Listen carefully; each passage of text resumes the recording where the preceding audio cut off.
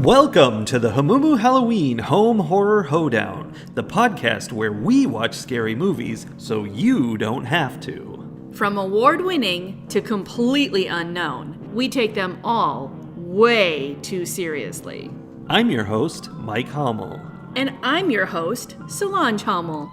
Now, warning, we use a ghoulish number of spoilers, so watch the movies first. Second warning, we don't know anything about anything, so don't take us seriously as we take these movies seriously. So, Lee, you and I have a long history with Stephen King. This is true. We have collected his books by the thousands. We have literally 2 entire bookshelves that we own. Not shelves, but bookshelves, meaning sets of shelves, yes, are devoted entirely to his books. Yes. And that started pre-us. Like, you had a relationship with Stephen King books, and I had a relationship with Stephen King books. And then when we came together, we had to... We were a throuple. It's not many people who could say they're in a throuple with Stephen King. No, when we came together, we had to, like, merge our collections and see where the overlap was, and we still have gaps that we're trying to fix. But yes, and we had some doubles that we got rid of. Yes. There are few enough gaps now that when I try to buy a Stephen King book, I literally cannot remember whether I have it or not. It is a problem. And I have to take a picture of those said 2 bookshelves so that when I'm at the bookstore and I'm like, ooh, I don't think I have this one, I can look at the picture and like see if it's already on there. Well, one that I'm pretty sure we have. We do. Is called Pet Sematary. It is. And that has been made into a movie multiple times. Multiple. And we watched the 2019 version of it last night. We sure did. How long has it been since you read the book, It Pet has Sematary? been long and long. I think I probably read it twice, and the last time was probably 15 to 20 years ago. So not recent. I would say I probably only read it once because... I mean, it's about kids and animals dying. Like, it is. It wasn't something that I was like, I would like to delve back into that world. But I did read it once. I think probably when I was like in college, maybe even high school. Like, this is one I read a long time ago. I definitely remember it, but I never felt the need to go back and experience it again. I remember enough to know that this movie swaps some things around in that the book is about their son Gage being brought back from the dead and slicing them with a scalpel. And the first movie was too. I totally remember that because I have seen the original movie. And in this one, it's their daughter Ellie. Gage is still there, but he's fine. In fact, he's got The Shining. He does have The Shining, it seems. He is not fine, though. I have concerns about him at that last little end scene. No, he is the one who knows what's going on. Like, he is trying to save them, but the fact that he's like 2.5 years old hampers him somewhat. It does limit his options. That takes me into my one topic with this movie, which is that it wasn't quite what I expected, and I cannot remember if the book or the original movie did this. But in this movie, I mean, I think everybody knows what it's about. Put your pets in the pet cemetery and they come back from the dead. Or your wife, or your kids. You can put whatever you want in there. I mean, basically, you could put, like, expired chicken in there and it's good again. You can do whatever. Good again? Like ready to eat? Does it only go back dirty. A certain amount, or does it, like, go back to being a chicken? I don't actually know how it works. I definitely don't think Stephen King knew how it worked when he created it. And I don't think the people who made this movie knew how it worked, because there was no real explanation other than Indigenous American magic. Yeah, which they didn't delve into that. They just had the Wendigo is there and he makes this happen. Like, there wasn't like tribal information or anything. There was some where they were talking about how there was a tribe there and they left and they like created the deadfall so that people wouldn't go there, and like there was this whole thing. That, Beyond that, it was like the ground is sour. the ground is sour. That was their thing. But you would think this is a movie where everything's normal, everything's fine until the kid dies and they bring him back and now he's evil and killing people. Like, that's what you'd think the issue would be.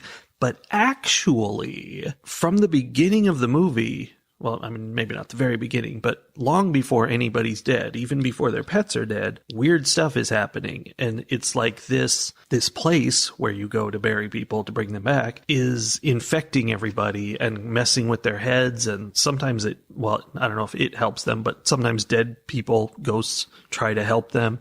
And I thought it was kind of interesting how in the beginning, they hadn't done anything yet. They had no plans to do anything, evil or supernatural. And they were already being told, this is going to happen. Don't do it. And that was kind of cool to me. Like, there was more to it than just, hey, they come back from the dead and they're dangerous.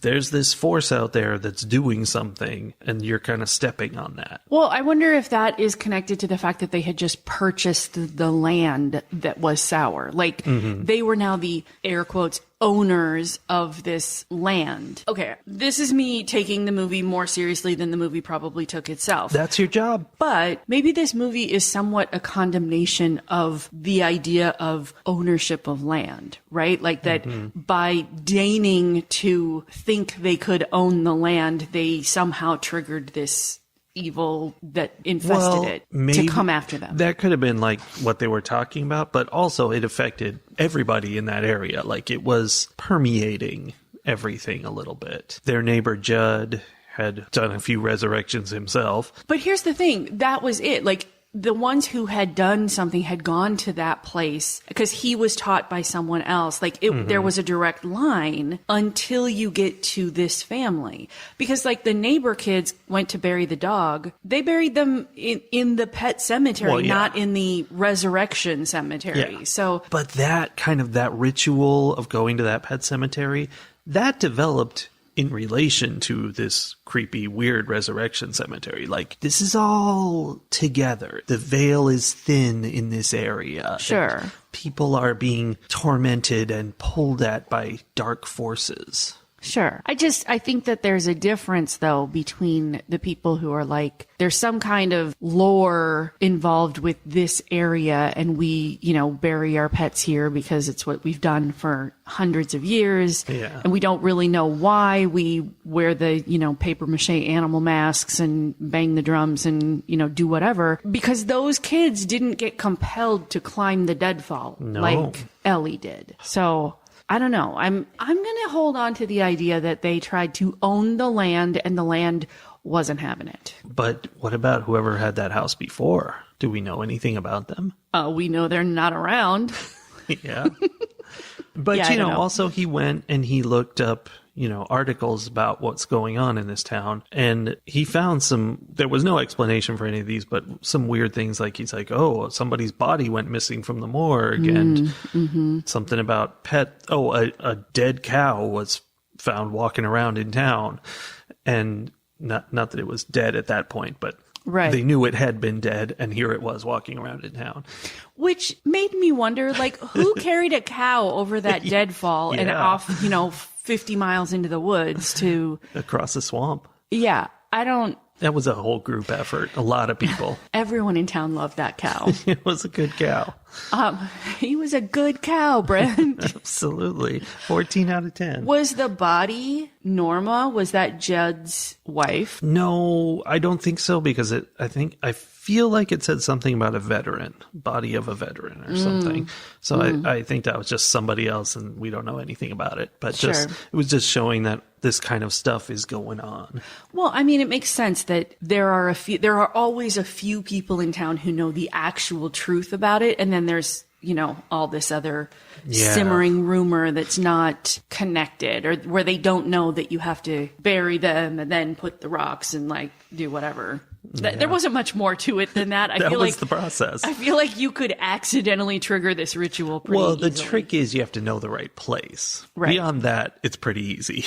Right. You dig it and you stick rocks on it. All of that stuff you're talking about, where he goes and he does the research and he finds the many times throughout history that this thing has happened and nobody has put it together yet until our intrepid hero figures it all out, is a very Stephen King thing. Yeah. Also, he didn't really figure anything out. He was just told by his neighbor. Well, that's true. But like to have a scene or to have part of the story be going back and like getting snippets of this same story happening at different times, especially very specific times, like every 17 years or whatever, you know, Stephen King likes that idea of cyclical horror, of repeating patterns of evil that go unnoticed. Fun stuff. I'm on board. And he's also very much into the idea, and maybe this is something that comes from living in a place like Maine where evil comes back over and over again. I wasn't going to say that. No, where everything, like there are a lot of communities that are very insular, like that the people who are there have been there for hundreds of years, and the people who aren't there don't need to come. We're not interested in having them join us.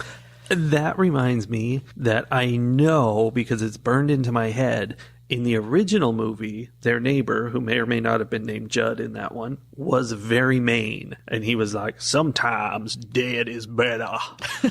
And that's in my head.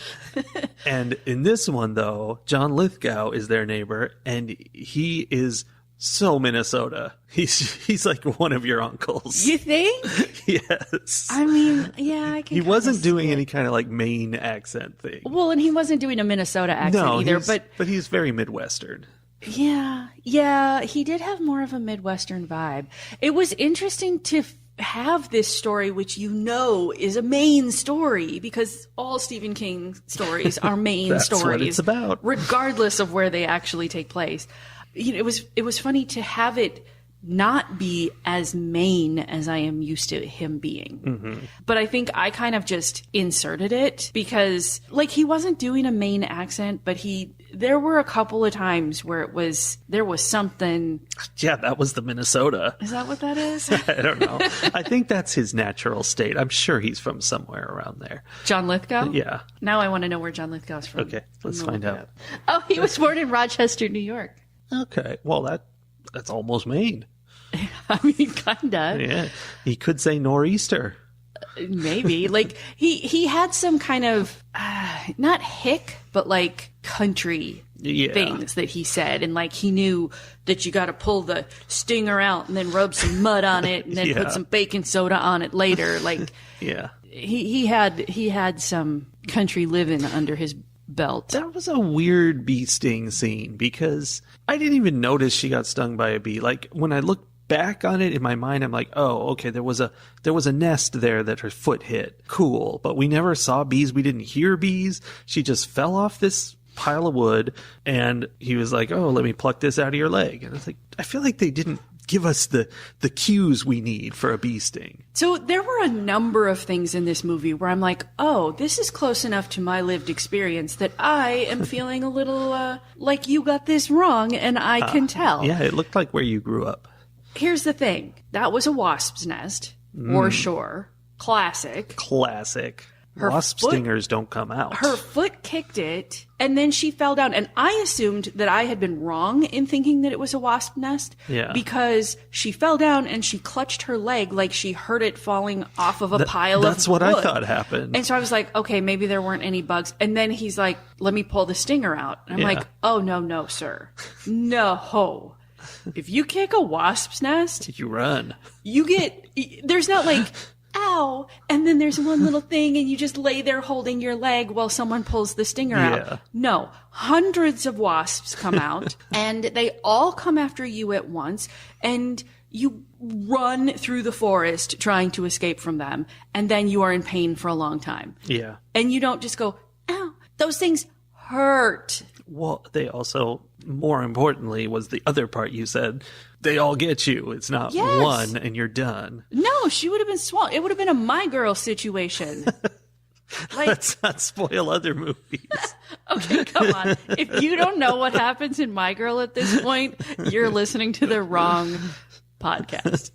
Because we cover it regularly. No, because it's so old. It is old. No, it just would have been a much bigger situation. And it wasn't. And I don't understand why they had to have the whole wasp thing happen. Yeah, it's weird. Because she could have just fallen off of that giant pile of sticks she shouldn't have been climbing on and hurt her ankle like I thought she did. Yeah. He still could have used some kind of country bumpkin solution to fix it, They couldn't come up with a solution for that. Right. I mean, he could have made a splint out of twigs and then yelled, "Make sure you put some ice on that when you get home," or some nonsense, Yeah. I don't know. So that was one of the things that bothered me. Okay. Another thing that bothered me is that this family has moved from Boston to Ludlow, Maine, which we just learned has a population of about 400 people. And the dad is a doctor, and they keep talking about how they moved to the country for a slower life, and he's going to spend more time with his family, and, all of this is easy. Wow. He was wrong. Okay, well, he was super wrong.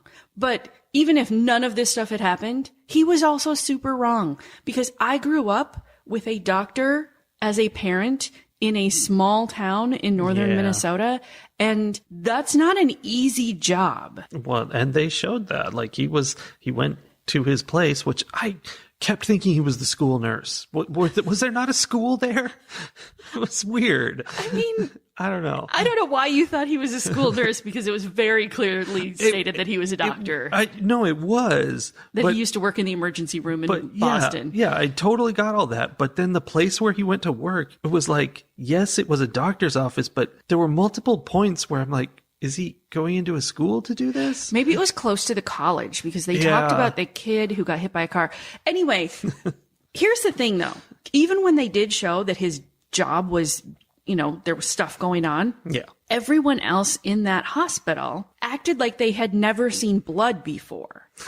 And there was this idea that in the country, nothing bad ever happens. Until you showed up. Right? You don't need an emergency room. You don't need it. You're not going to be on call at any point, because it's just, little things like shots and, Bee stings. Whatever. No, sir. In the country is where the most horrific things happen, because you have people riding their snowmobiles through barbed wire fences and people shooting each other in the woods during hunting season and tractors rolling over on children. Bad things happen in the country, and country doctors have to deal with all of it. And I was a little offended on behalf of this country hospital where this car accident victim comes in and they all act like they've never ever seen anyone hurt They before. haven't seen cars before. And he, being the big city doctor, has to be the one to take care of everything, and he figures it all out. Yeah, that was funny that the nurse was like, oh, you could see his brain, and he's like, get it together. Right? And I have met country nurses, and they don't need doctors. Yeah. No, so that part really bothered me, because it felt so it was a big city person, whether it was, I don't know if that was in Stephen King's story or if that was something that came from the director because he was some Hollywood Yahoo, but there was an attitude of people who live in small towns are stupid, and that was offensive. Sorry, they coming right for you. They were. Mm-hmm. Although it sort of was an offense of nobody makes fun of my little sister but me, because I will readily admit that I have said nasty things about small town living before. Yeah, but on this podcast. Yes, but not that. I would never disparage small town medical professionals at any level, because they are all doing things that big city folk have no idea how to handle. Yeah. And it's possible that in a town of 400, the clinic and the hospital and the elementary school and the post office are all the same building. Yeah, that could be that. Maybe that's what I was seeing. So before I was talking about things that Stephen King does in his writing. And there was another thing from this movie that is very common in Stephen King books that is one of the reasons I think that I like Stephen King books as much as I do. I do like spiders. the whole... No, not spiders. I do like the whole, pulling up the dark history of places that like to pretend that they don't have dark history. I think that's always a good thing for us to do. But the thing that was most prevalent in this movie, in Pet Sematary, is that he always ties the horrors that they are experiencing to their own personal traumas, often childhood traumas that they have been carrying with them for decades, and that while maybe not being directly related to what's happening or, not being a cause of what's happening, definitely gets in the way of them handling what's happening. And in this case, it's that, the whole movie is about how do we handle death, and are we okay with death? Can we let something die and leave our lives and not cling to it? A very Buffy the Vampire Slayer theme. But it also deals with the mother's personal childhood trauma of having a sister who had like a degenerative disease that killed her. She killed her. That killed her in a way, but that she had, like, as a child, she did something that caused her sister to have an accident that ultimately killed her. Like, the conflux of dying and not being able to handle death, because that's really what it was. As a child, she was afraid to go in the room where her sister was dying. And so the thing that she did caused her sister to have an accident, which caused her to die sooner. So she's got all of this like guilt and trauma and fear and sense of mortality that she's been carrying around, which then, as everything unfolds in this story, the cat dying, the daughter dying, like, things coming back from the dead, like, she could not handle any of it because she had all of this unprocessed trauma that she had already not handled, and her bucket of trauma was full. And that was another place where we go from, raising the dead is a problem because they attack you, to there's this bigger force at work because, or maybe it's just her trauma, because in the later half of the movie, she kept hearing her sister around and in the walls, and like things would rattle and stuff. And it was interesting. It felt like death was coming, trying to break through into our world or something. And the manifestation of guilt, because for her, it was her sister. And for him, for the doctor, it was this college kid who died in a car accident who kept appearing to him. Yeah, like that these manifestations of guilt around death were becoming real, were solidified in some way by this evil that was on their property. Yeah. Their property that went further back than they would care to go. Right? He goes to the neighbor and he's like, well, how much of this land do I own? Like, no, sir. That's not how buying property works. Also, that cemetery was probably on the map they gave you. Like, were you not paying attention, Mr. Big City Boston ER doctor? Of course not. Small town nonsense. When you live in the country and you go to your neighbor and you're like, how much of this property do I own? And they're like, not much. No. All of this stuff behind that tree there, that all belongs to me, actually. Yeah, sorry. Yeah, it was annoying to me how careless this whole family was about being out in the country. Yeah. The other kind of big idea that comes into this movie, though, is the idea of whether there is an afterlife. Yeah, they have a discussion. Right? Because the mom, with all of her trauma, deeply wants to believe that there is something good that happens after you die. Deeply wants to believe this. And the dad, I don't know, maybe his science background or whatever, he's just like, nope, there's nothing that's after. Like, we are just living beings, and then we're not. It's fun. Their cat dies, and Ellie's asking them about this stuff because of that. And the mom's doing the whole religious angle. The dad is rolling his eyes at that, and he starts doing the whole science angle, and she starts rolling her eyes at that. Right. And they're all doing it in front of their 9-year-old daughter, definitely helping her process a lot as they have this argument. But then by the end of the movie, they're both proven wrong in the sense that there is something after, and it is terrible. It's absolutely terrible. Which is not a comforting thought. Yeah, you really don't want to die. Yeah. Although, and here's the thing, I don't remember if this was in the book or not, and I don't know if it was in the first movie or not, but at the end of this movie, so, okay, first of all, very important piece of this whole coming back is whoever does the thing, whoever buries the corpse in the sour ground, when that thing comes back to life, it belongs to the person who did that. So like the neighbor guy, Judd, was saying, well, this was Ellie's cat, but you did this thing, so now this is your cat. And it was very clear that Church, the cat, was following him around, like was protective of him, was trying to like, didn't like any of the other people, which then carries over when he is the one who buries his daughter. Yeah. And she comes back and she's like, I would like to get rid of all the other family members because I want him all to myself. Except, of course, then she also tried to murder him, but after all those other ones. Right. I mean, I think, so that's the part that I'm not sure was in the book, is by the end, so she kills her mother, drags her out into the woods, buries her so that she comes back, and now there's the two of them, and they get him and drag him out, and now there's the three of them, and the movie ends as they are walking up to the car that Gage is locked inside. Yeah, classic bad horror ending. Right? Like bad as in evil, negative, not poorly done. No, I thought it was a really good ending. Yeah.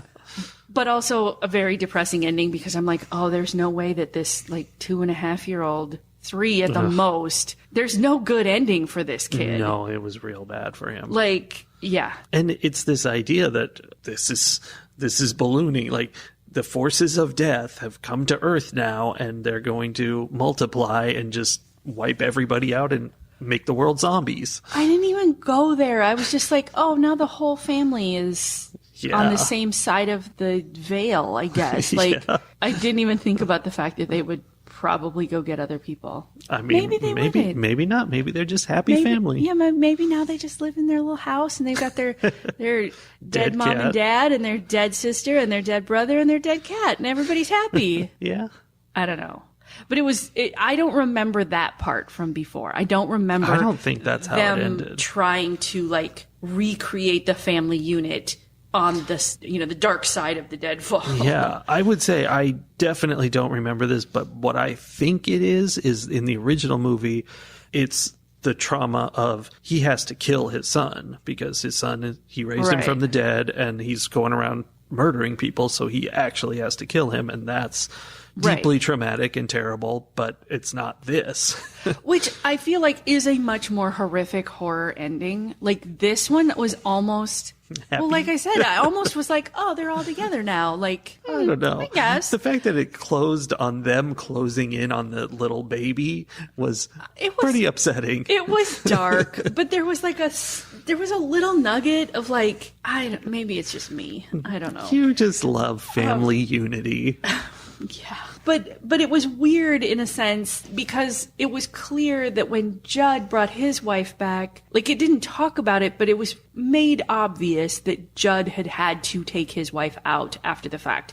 And he had talked about like pets and whatever, that there were other instances where someone brought something back and then had to end that thing again. And so it was a little weird for that to not be the ending, right? Like it felt like pulling a punch, I guess, is why I say it felt like a happier ending. Like the movie didn't make him take responsibility for what he had done. Well, I mean, that's true, but he did have a brutal WWE fight with his daughter in the graveyard, which is, so, I mean, he definitely tried to kill her and then he just got run through. So that was that. By his wife. Like, see, and that, it takes the original point of the book and like changes it to have the ending go the way it did. I think did. I think this is a definite change from the original story.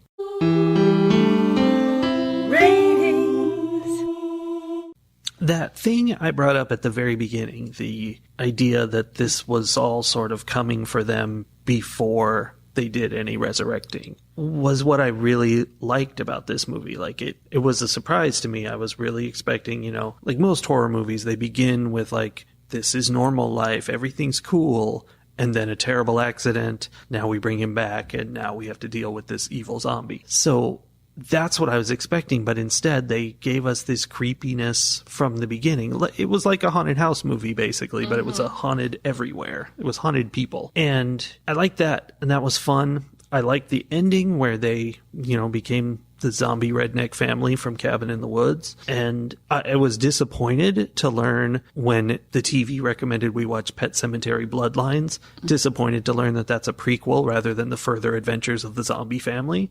Yeah. Yeah. Because it's called Bloodlines. Come on. But I really have few complaints. I didn't love it, but it was pretty good. And I thought it came up with some interesting ideas and changes to the original that actually did something new and interesting with it. So I will give this movie 4 bourbon and horse tranquilizers out of 5.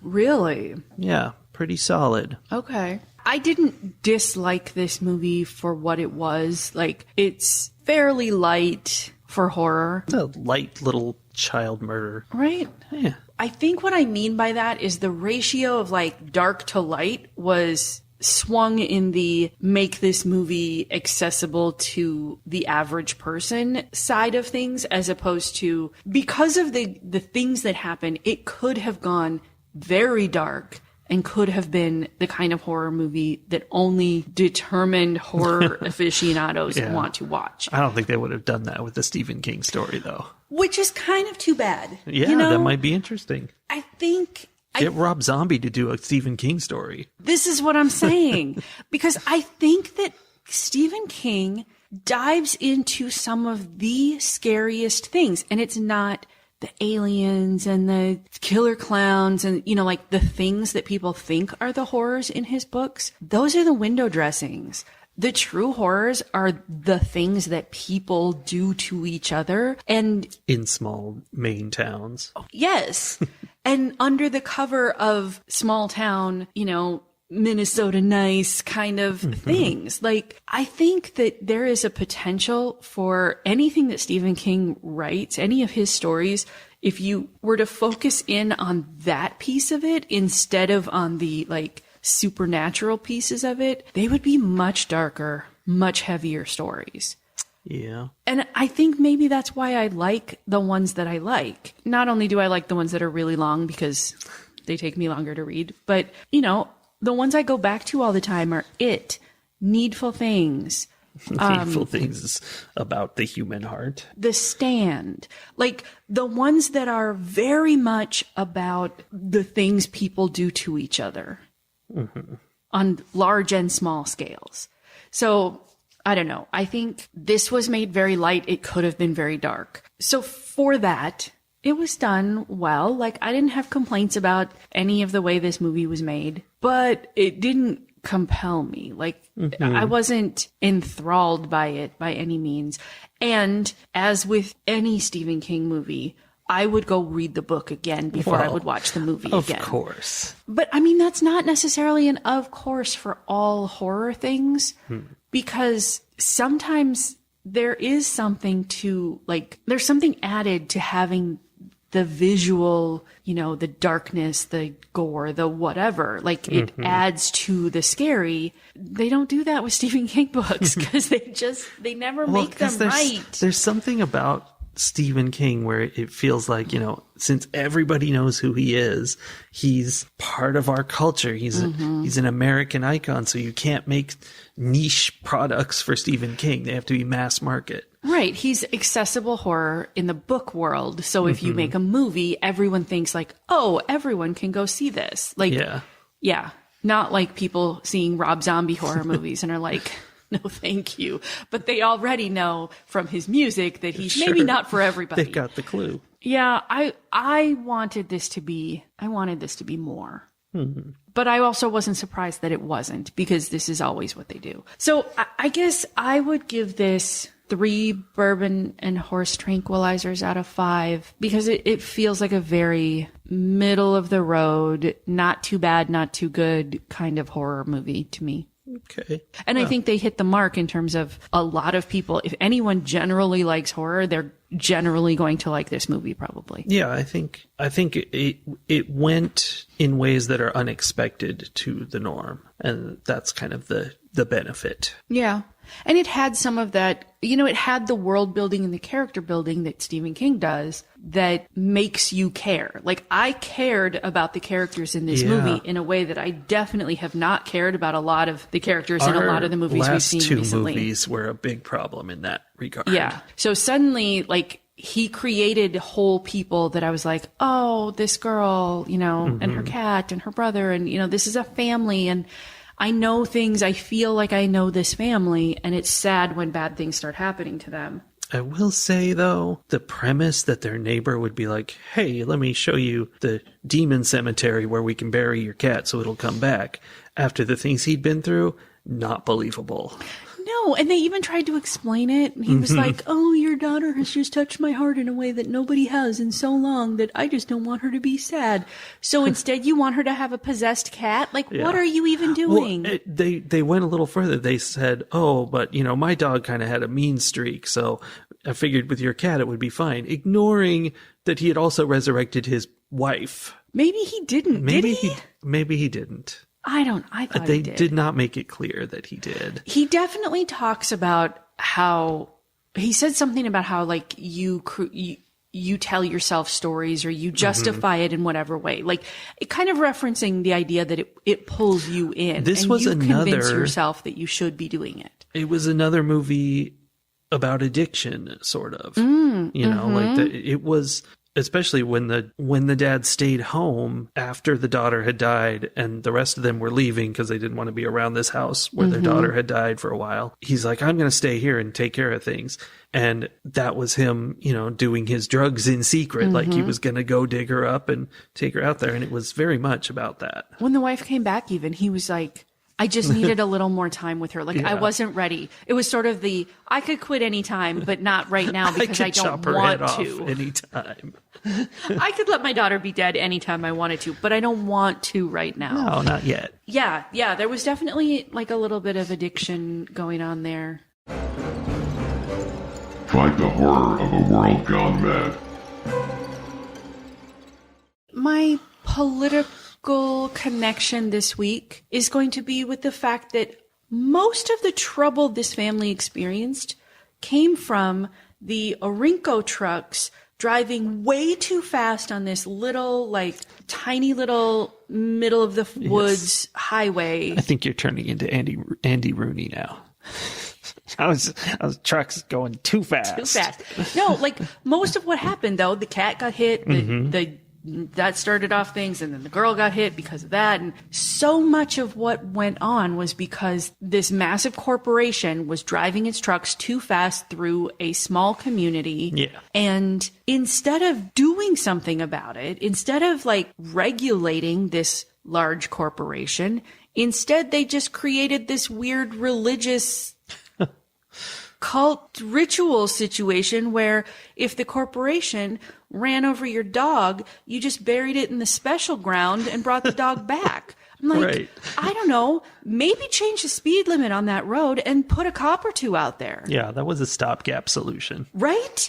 So I feel like my connection here is if we pull that into the real world, there are a number of instances where there are large corporations doing things that are harmful to our communities.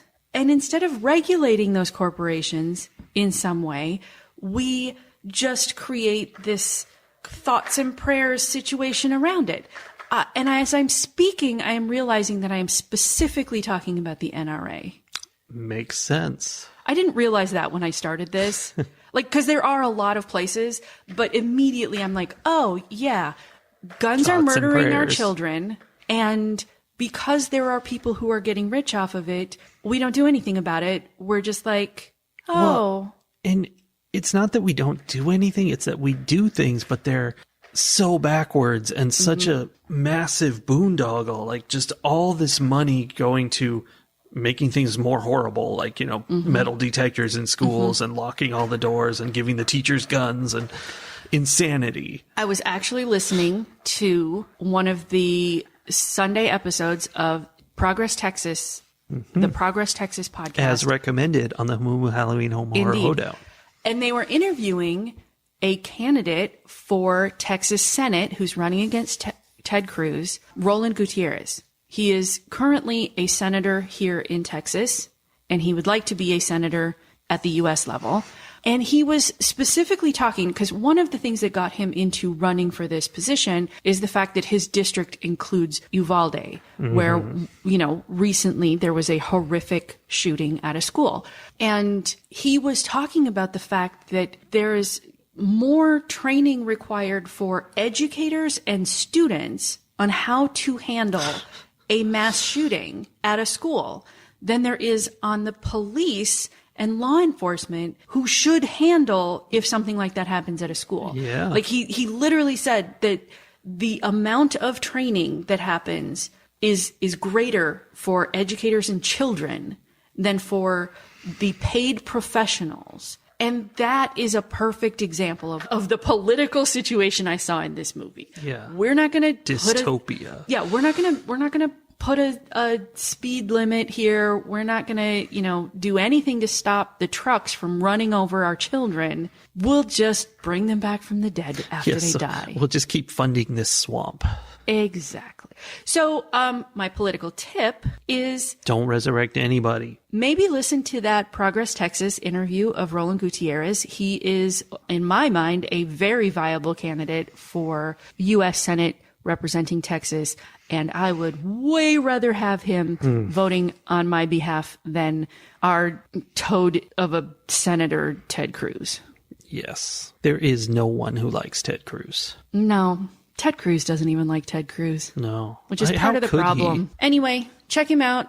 And if you like what his stance is, which he has this interview, I'm only a little ways into it, and he's already talked about many of the top issues, and I liked everything he had to say. Check him out. And if you like what he has to say, consider voting for him if you're a Democrat in the primary coming up in March. And if you are not, hey, in the he's general, not Ted Cruz. Exactly. Think about that. In the general election in November, you don't have to be a Democrat to vote in that one. Mm-hmm. Although it helps. It does help. All right. Well, we're going to get out of here and go see another scary movie. Ooh. We'll tell you all about it next week. Okay, bye. Bye.